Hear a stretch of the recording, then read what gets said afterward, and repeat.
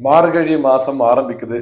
So இந்த மார்கழி மாசம் அப்படிங்கிறது பொதுவா தனுர் லக்னத்துல இல்ல தனுர் ராசியில சூரியன் வந்து பிரயாணம் பண்ணக்கூடிய அந்த ஒரு மாசம் காலம் தான் நம்ம தமிழ்ல மார்கழி அப்படின்னு வந்து சொல்லுவோம்.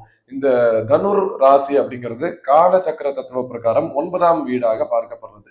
அந்த 9 அப்படிங்கறத வந்து பூர்வ புண்ணியஸ்தானம், அதே மாதிரி பித்ரு, அதே மாதிரி ஆத்மா, அதே மாதிரி ஆன்மீகம், கோவில்கள், இது மாதிரி சம்பந்தப்பட்ட எல்லா பாவமும் அடங்கி இருக்கக்கூடிய ஒரு இடம் இந்த 9ஆம் பாவம் அப்படிங்கிறது.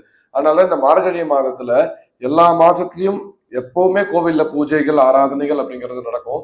ஆனா இந்த மார்கழி மாசத்துல இன்னும் கொஞ்சம் எக்ஸ்ட்ராவா வந்து நடக்கும். 6 மணிக்கு ஒரு கோவில் திறக்கிறாங்கன்னா மார்கழி மாசத்துல மட்டும் ஒரு 4 மணிக்கெல்லாம் திறந்து அங்க வந்து எல்லா பூஜைகள் ஆராதனைகள் சிறப்பு பூஜைகள் அப்படின்ற மாதிரி செய்கிற வழக்கம் நம்மளுடைய பாரத தேசத்துல உண்டு. அதுக்கு காரணம் இந்த மார்கழி மாசத்துல நம்ம எவ்வளவுக்கு எவ்வளவு பூஜைகள் அனுஷ்டானமா நம்ம பண்றோமோ அவ்வளோக்கு அவ்வளோ நம்மளுடைய கர்மா வினை வந்து நிவர்த்தி ஆகி அதீத புண்ணியங்களை எட்டி கொடுக்கக்கூடிய மாதமாக இந்த மார்கழி மாதம் அப்படிங்கிறது பார்க்கப்படுறது.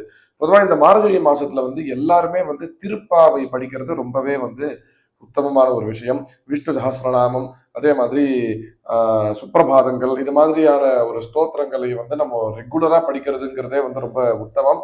அதுலயும் இந்த மார்கழி மாசத்துல நம்ம ரெகுலரா இந்த மாதிரியான ஆக்டிவிட்டீஸ்ல நம்ம பண்ணிட்டு இருக்கோம் அப்படின்னா நமக்கு சீக்கிரமா வந்து எல்லா விதமான கர்மா நிவர்த்தி ஆகி ஒரு நல்ல வழி பிறக்கும் அப்படின்றதுனாலதான் இந்த மாதிரியான ஒரு விஷயங்களை நமக்கு கொடுத்துருக்காங்க. அதனாலதான் தை பிறந்தால் வழி பிறக்கும் அப்படின்னு மார்கழி முடிஞ்சுக்கு அப்புறமா சொல்லுவாங்க.